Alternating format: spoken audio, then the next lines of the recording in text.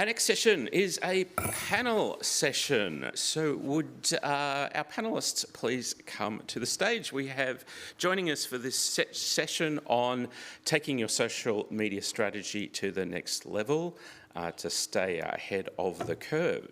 We have Hayden Jones, Kendall Masters and Kath McKenzie. Yeah, we have two seats because we have one panellist who is going to be joining us on stage. Is Kendall with us online yet? So Hayden Jones is the Associate Director of Social Media at the Department of Home Affairs. Hayden joined the Department of Home Affairs last November. Before that, he was with Meta's government partnership team where he led the support, education and training of federal government departments. Online, as I mentioned, we have Kendall Masters. Kendall is the comms manager, social media at Victoria Police. She manages VicPol's social media team who, contrary to popular belief, she says are neither interns nor cops who could be better spent using their time at catching criminals. She has previously worked in social media and strategic comms across both the South Australian and Victorian Public Service. And Kath McKenzie is the Executive Manager Communication, Engagement and Communications at Northern Beaches Council. She has more than 30 years experience in comms, public relations, broadcast media, event design and management. She says she's passionate about working with creative teams to deliver highly effective and engaging campaigns. I think it's going to be a great panel session. We'll kick off with a couple of points from our panellists today, then we'll open up to questions from the audience. But in the context of this, I'm going to throw to our panellists. Kath, maybe you could answer first. What is the key to taking your social media strategy to the next level? Thanks for that introduction, and it's lovely to be here with everybody. I think from our experience, and I can only share with you, Northern Beaches Council is the fourth largest in New South Wales. We came together as a bit of a mega council after amalgamation and cover a very diverse area with a resident population of some 270,000 residents. And of course, with that meant we had to really look at what we did, what we were saying, our whole brand, identity, information architecture, our social media channels. And I think for me, number one is having the right people in the job. So whilst we don't have a particularly large digital or communications team, we've got some great specialists, and I really do believe it's having the right people. It's also about having the right tools so that you can do what you need to do. And I think it's been, for us, taking our social media strategy, and particularly what the team have developed up, which is they call content pillars. Developing up those has come from just experience, tried and tested. You've got to not be afraid to experiment with some things, look at what works, what doesn't work, and continuously be trying to improve and build that back into every campaign strategy. So, yeah, that would be, I guess, in a summary where we're at. That's great. Thanks, Kath. Hayden. Yeah, I'd say to build on that, probably the two key things for me, and I come from a place where I've only been in the public service and working within government for a little less than a year. So I've come into it with a very, I would say, energy, of which that has been stifled relatively quickly. And so I've had to kind of manage my own expectations and my own deadlines and that type of thing with our team internally. But for me, one of the main things is kind of cultivating that hunger and that drive and that energy within your team and even yourself to continually do better and do things differently, and really just having that test and learn mindset of whether it's a piece of content or a broader strategic view of looking at that and seeing whether it works or whether you can be doing a better job. I would also just say as well I guess the environment and kind of your workflow and processes. We at Home Affairs, we're a social team of 3, but we support the Australian Border Force, Home Affairs, obviously, and the National Cyber Security Coordinator. And for most of the day, we're just sitting at our desks in our offices in Canberra and Barton. So a little bit hard to be inspired by all the amazing work that, you know, our really broad workforce do, especially as we have a shift towards things like, you know, people first storytelling. So yeah, cultivating that environment, whether it's kind of brainstorming workshops, you know, working at, you know, as a part of, you know, the actual environments. Yesterday, I flew down and went straight out to our detector dog facility down somewhere near the airport, Bulli, I think it is, or Bulla. And that was great because that was, I mean, I've been working there for 11 months trying to talk about all the great things that the program is doing, but I'd never actually seen it. So yeah, really kind of pushing to kind of bake in those workflows as a part of the work you actually do. Fantastic. Welcome to government, Hayden. Thank you. Kendall, your thoughts? Hi everyone from Adelaide. I will be joining you in person tomorrow. I'm very looking forward to that. So I'm going to echo what was said by my panel friends, but I'm also going to take a step further and give you a really boring answer, which is that it is actually necessary to have something written down, but it's probably not the things that you think it is. So my approach to building a strategy is very much to have something that is overarching and talks about what you're trying to achieve with the channels, which then gives you the ability to push back on things that aren't consistent with that.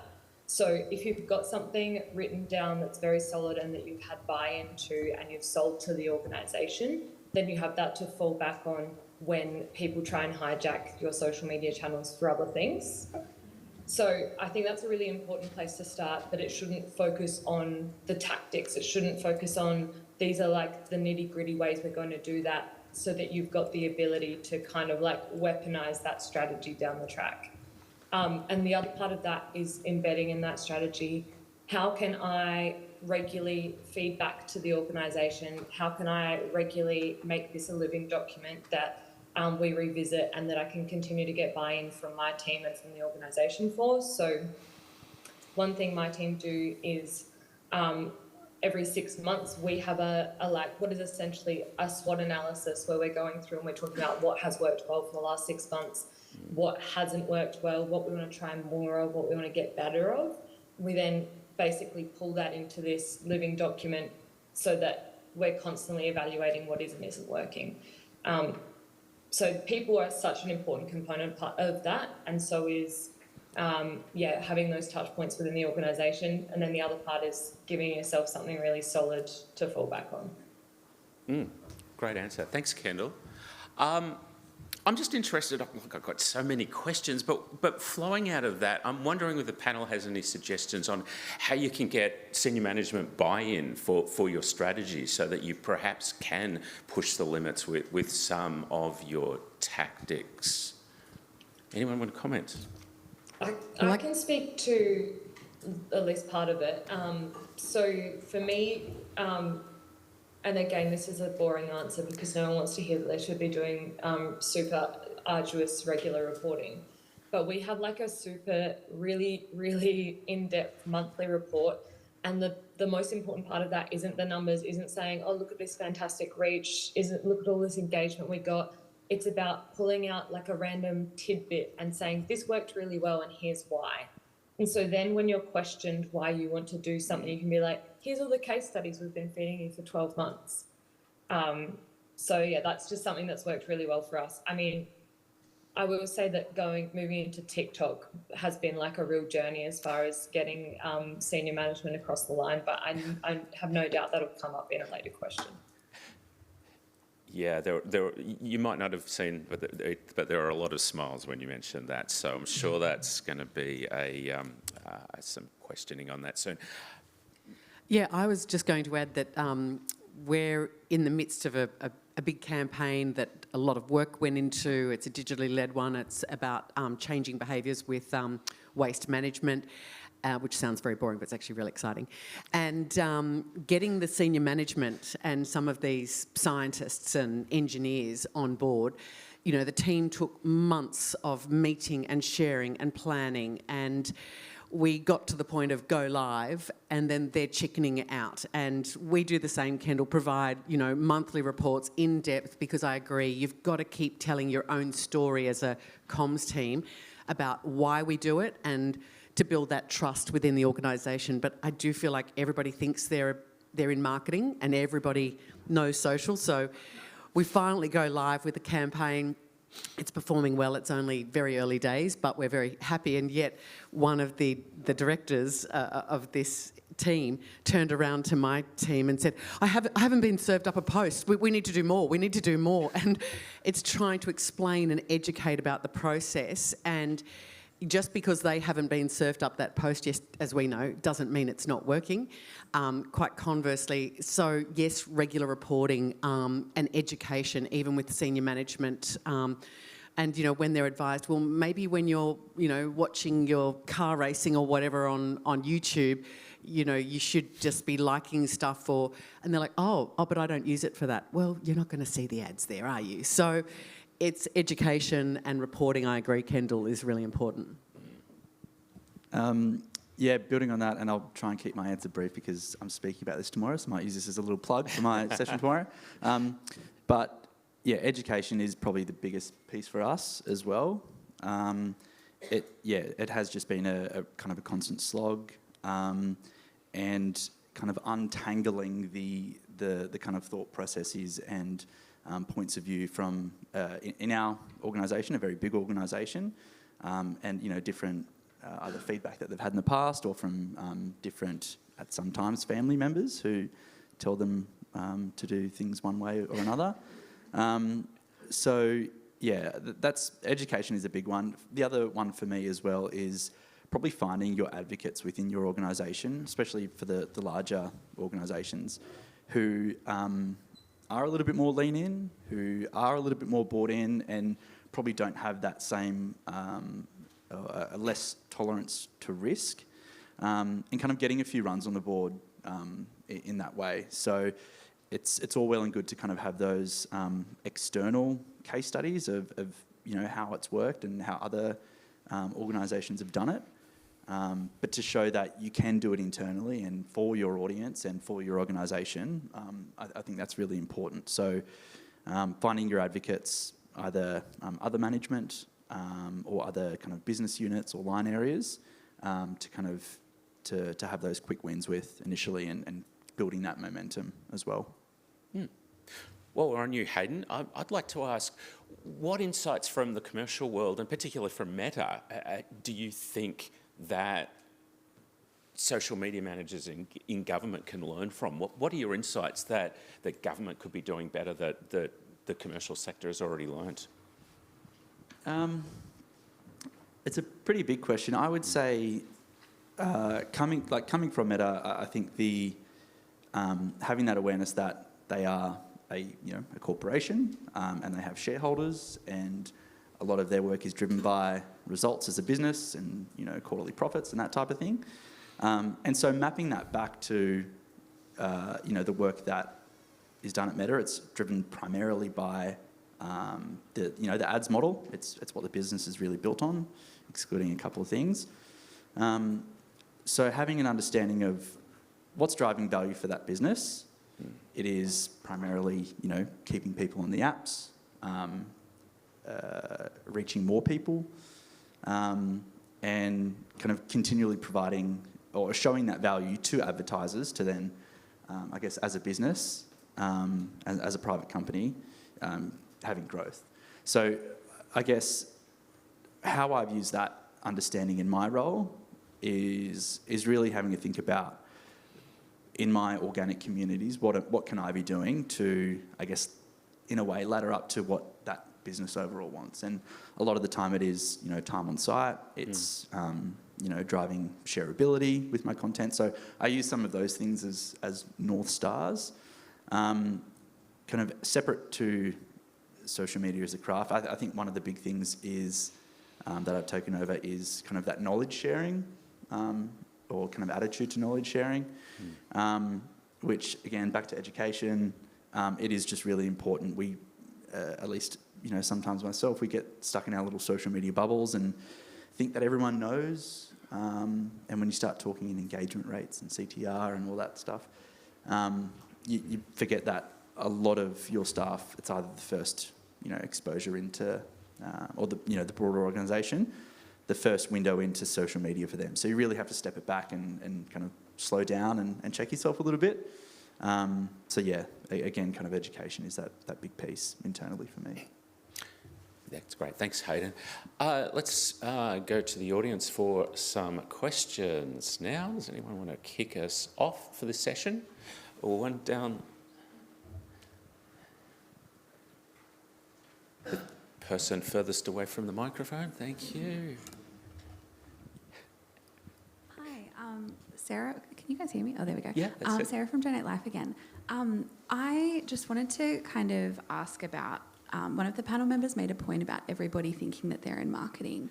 And I just wanted to ask whether you have any advice specifically about how to manage those senior leaders who have a really great idea and they're really excited about it, but it's not super helpful for us as the social media team when we're trying to deliver a strategy that's like really meaningful, really specific.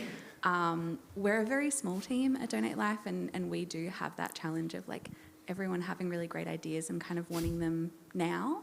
So yeah, how do you kind of push back on that while still keeping that good relationship with your senior leaders so that they let you do what you want to do?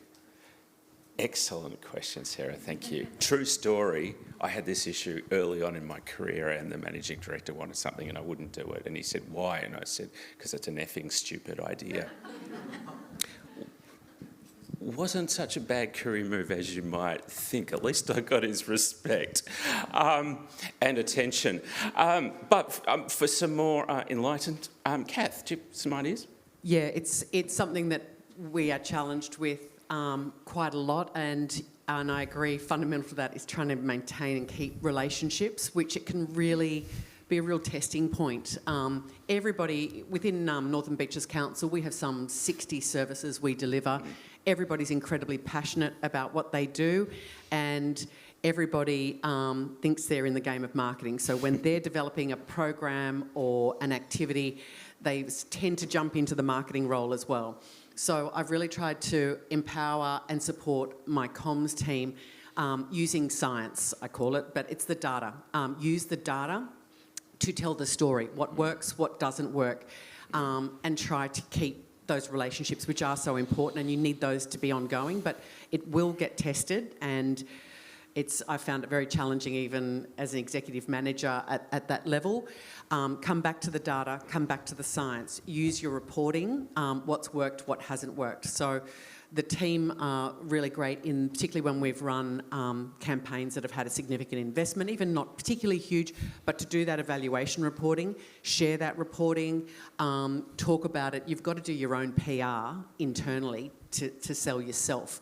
And I've got to support my team because they can't do what they do if I'm not out there advocating for them. And it is exhausting. You know, from my graphic design team, social media, comms, they're constantly having to push back. So of course they're seen as being difficult. It's not difficult. They want the best outcome. So ultimately we know everyone's actually on the same page. We all want to see the results. But it's come back to the science. We know what we're talking about without arrogance, without, take on ideas. Sometimes, there might be a random idea that's great, and if you can, but it is an exhausting process and relationship of compromise, give and take, be willing to listen, integrate. If you think from the data point of view it will work, but don't give up on, I agree, Kendall, the broader strategy. But it's tough even trying to stick to that game plan. We've got an adopted style guide. I'm still having to defend why the sign is going to look like that tomorrow and the importance of consistency in brand.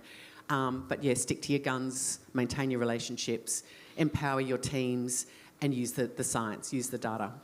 Thanks, Kath. Much more appropriate response than mine. Kendall, I'm sure this is an issue that you faced as well.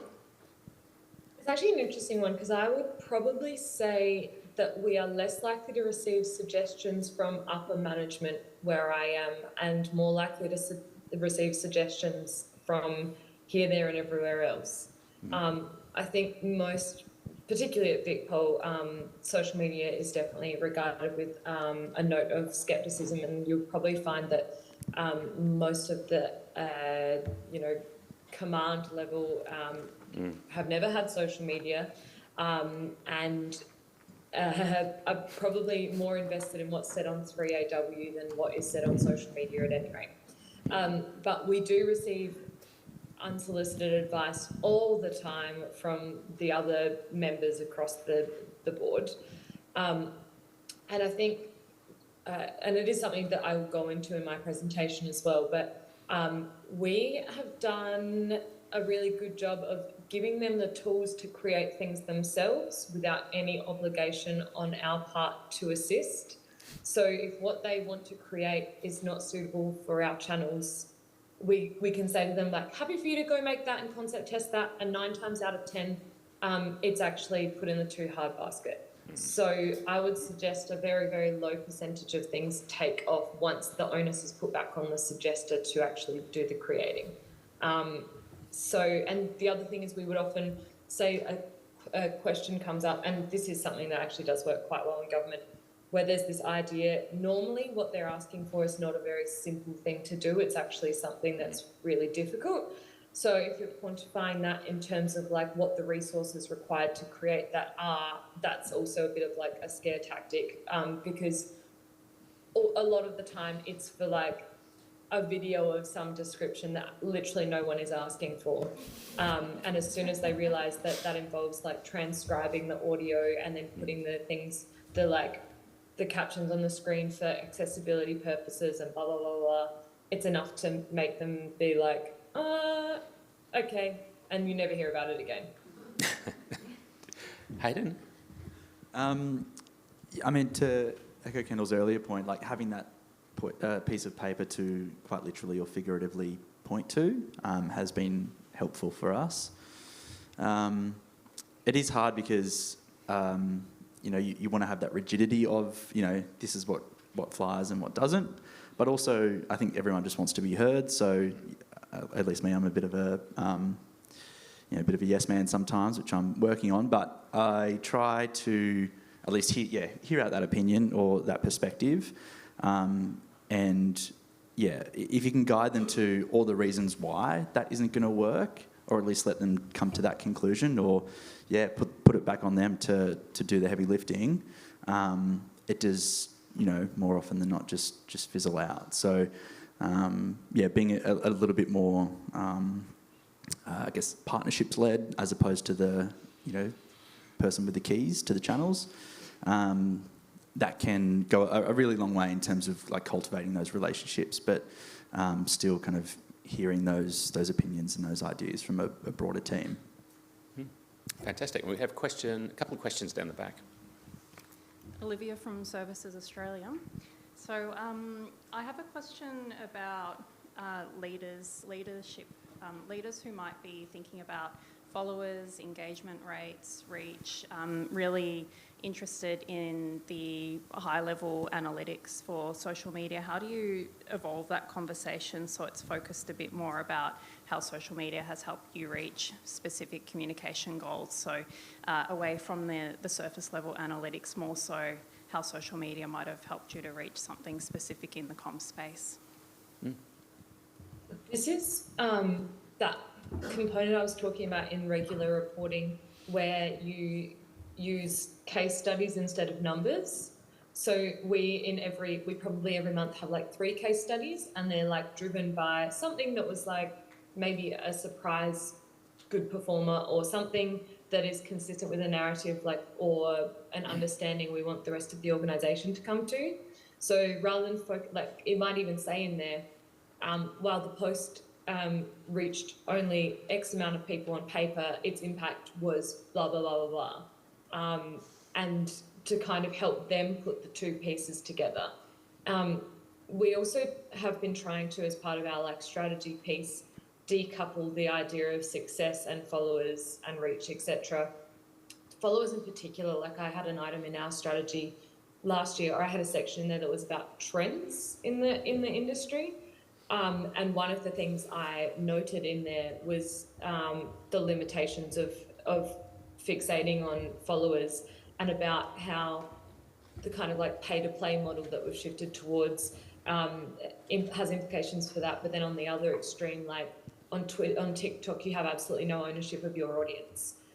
So we could have 100,000 followers on there, but it actually probably has literally no bearing over how many of those people our videos are going to be served to.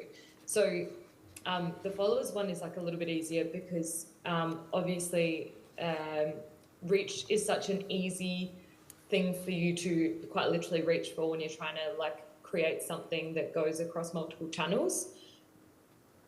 So you do have to really work hard on that analysis piece, or explaining the implications of the work that go beyond that, in layman's terms. Thanks, Kendall.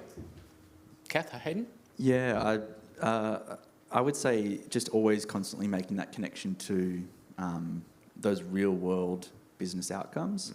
So, and you know, stepping back from even just talking in that language around engagement rates or that type of thing. So constantly making that link and showing to whether it's leadership groups or whoever it might be, the kind of the correlation between in-platform metrics and real-world business outcomes.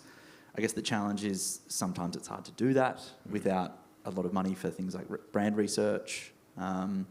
But whichever way that is possible, kind of, yeah, constantly making that connection to show whether it's, you know, qualitative or quantitative, you know, an impact on your business outcomes. So, yeah, if it's a smaller reach, but actually within the community we can see through sentiment, you know, it's shifted, or, you know, a lot of kind of detractors who may have commented in the past are actually commenting positively, that's a really good indicator as well. Yeah, and I think it comes back to that education piece again, and really embedding a bit of language that's consistent in the organisation so they start to understand what you're talking about, what you're measuring.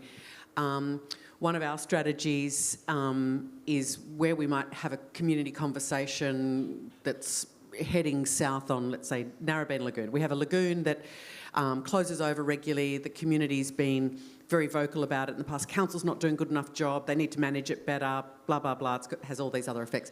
So a few years back, we really set out to create a video piece. We use our website as basically the portal of all information, the font of all knowledge, and then use the social channels to amplify and then to drive visitation back. So it's taken years. So we've had a video explainer. You know, this is how we manage a lagoon. And really clear, simple, easy. Now what we're seeing is on those community Facebook sites where negative conversations start up, and we have a position we don't engage on other channels, other people's channels, what we're seeing is the community self-corrects. So the community starts to say, hey, have you seen this? No, that's not the case. So what we had to do a few years back too was set a strict policy for staff not to engage. So people, because 80% of our workforce live and work on the Northern Beaches, which is a fantastic opportunity, but it's got some risks. Where there were issues with flooding or some emergencies, staff were, when they saw this negative sentiment, would jump in and go, but that's not the case, and want to defend the organisation. They would then be identified as staff and then be attacked on those channels. So we had to say, sorry guys, it's not that we're trying to gag you, we're actually trying to protect you. Change the strategy so that the website and news stories, etc., that we are generating all the time become the source of information. Get the facts, know what's going on. Here's an explainer. The great thing is, and I watch it every week with different topics that come up, the community moderates. The community is sharing that information. So it's taking years to build, but we think it's working, and it's then also it helps me to explain to the staff and it's to the senior management, you know, this is our strategy and this is how we're seeing the conversation change in the community, and mitigating what once would have been this huge blow up on Facebook about Narrabeen Lagoon now is shut down within minutes, and it's a 50-50 type, which is great. That's what we want to see. So, yeah. Thanks, Kath. Hello, I'm Sally from the Queensland Ambulance Service.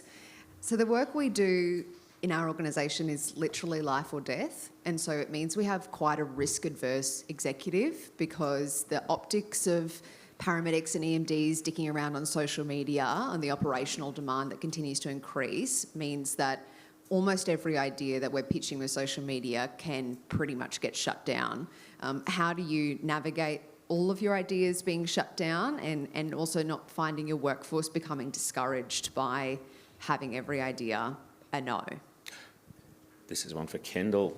First up, I think. Sally, obviously I can't see you, but you definitely sound like you would have been a TV or a radio journo because your voice is spectacular. But anyway, I digress. So we are in a really fascinating little area in that once upon a time I would have said that actually rarely do our ideas get turned down.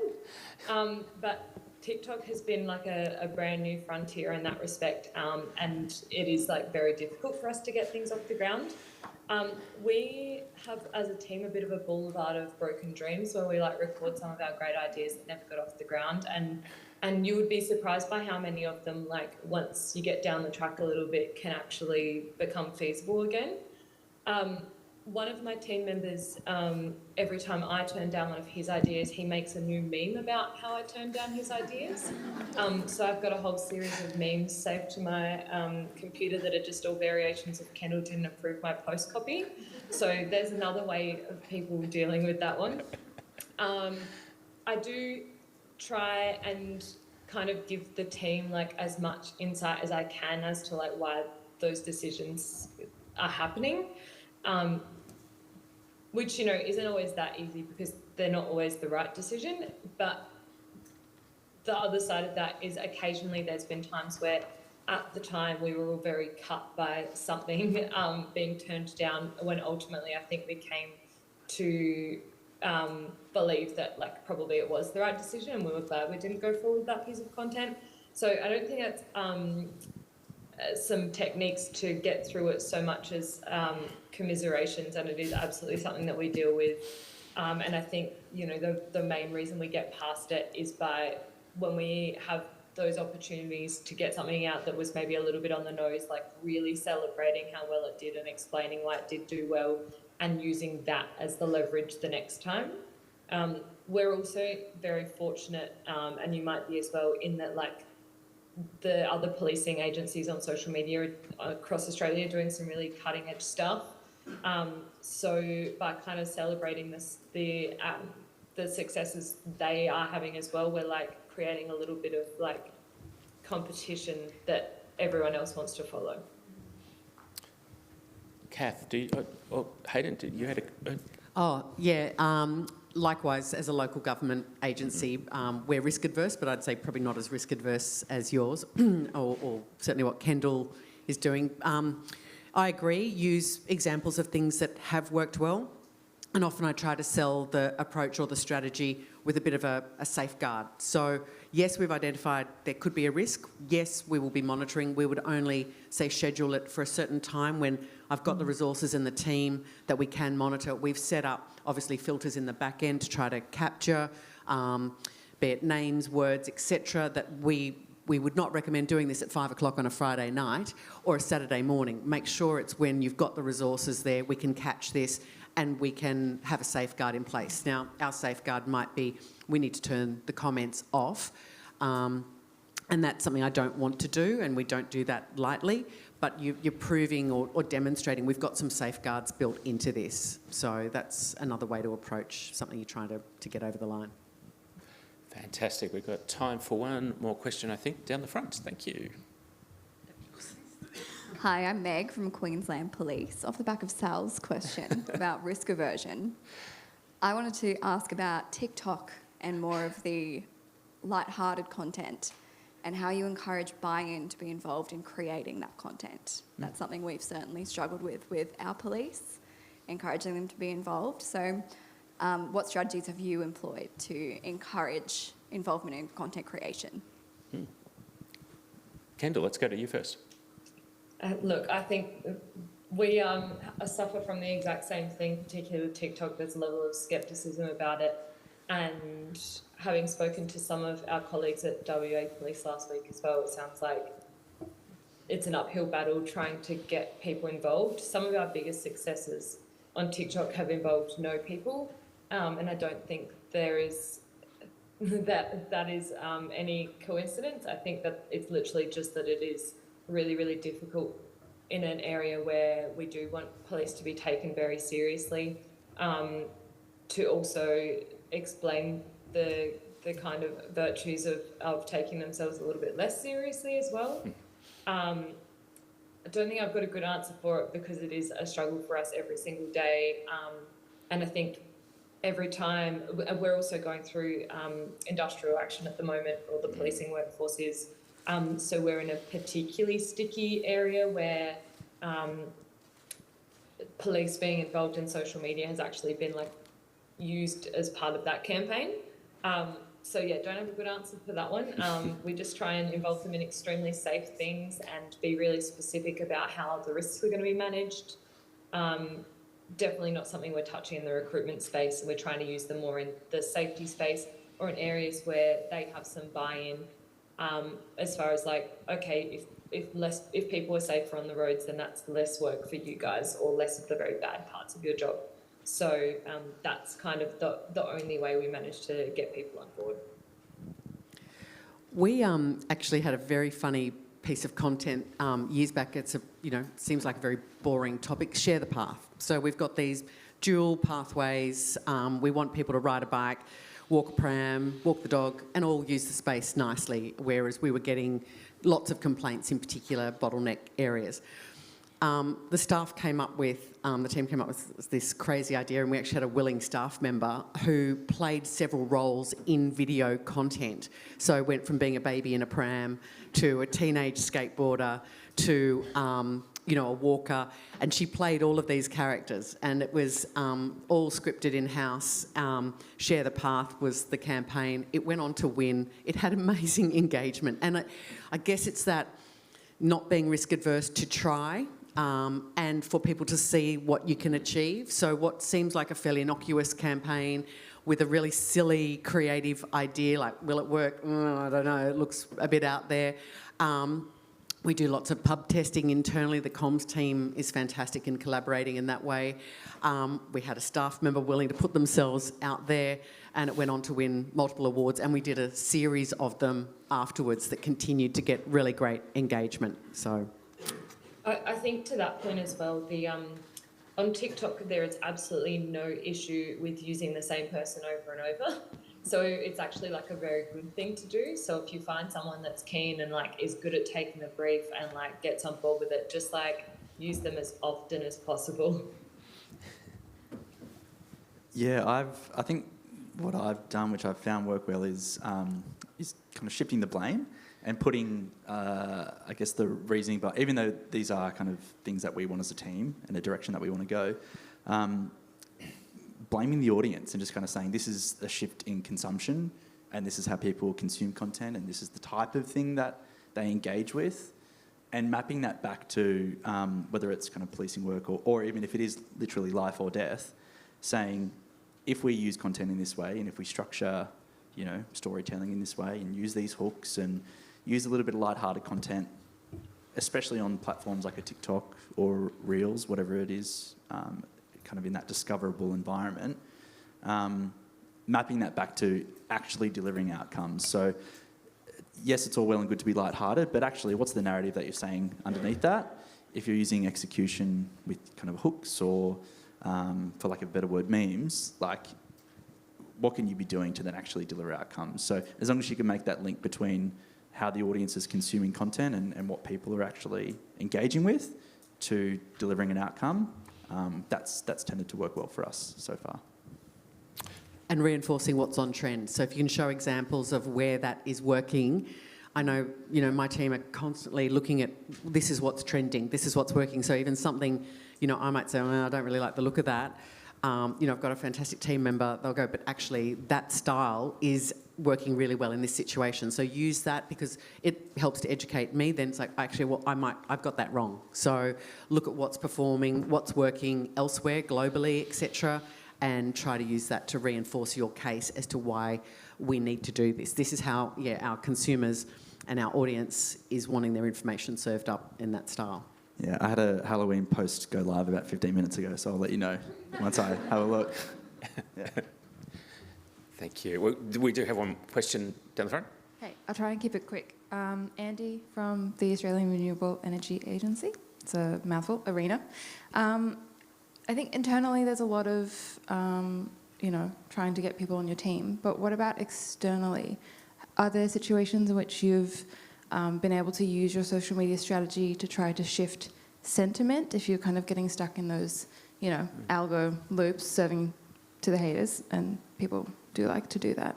I won't quote Taylor Swift. But have you been able to essentially embed in your strategy ways to shift the tide, essentially, if you're kind of getting stuck in those loops and you're not really reaching anyone except all your naysayers? Like, thanks for improving the engagement rate, but I want to focus on sentiment, really. Let's have one answer from one of the panellists. Who wants to take that question? I don't know if I've got a good answer for you, Andy, sorry. But I think having a look at engagement and digging a little bit deeper and seeing, not just jumping at engagement for the sake of it, and actually finding the right audiences, it is absolutely a challenge. We're kind of tasked with, and I think energy and climate change, and that might be a little bit different, but there is a little bit of us which do want to have those conversations and kind of take away the detractors and kind of shift sentiment with them, as hard as that might be at times. But there are things that we've started to explore around different environments or different channels or, different tactics, which better speak to the more positive subsets of our audience. So, again, taking it back to analytics, whether it's kind of monthly reporting, quarterly reporting, whatever it is, having a look at higher sentiment posts and higher engaging posts, but obviously with sentiment, you've got to be quite careful with that, because that is the shit can also mean very good, but not take away one word and it's quite different.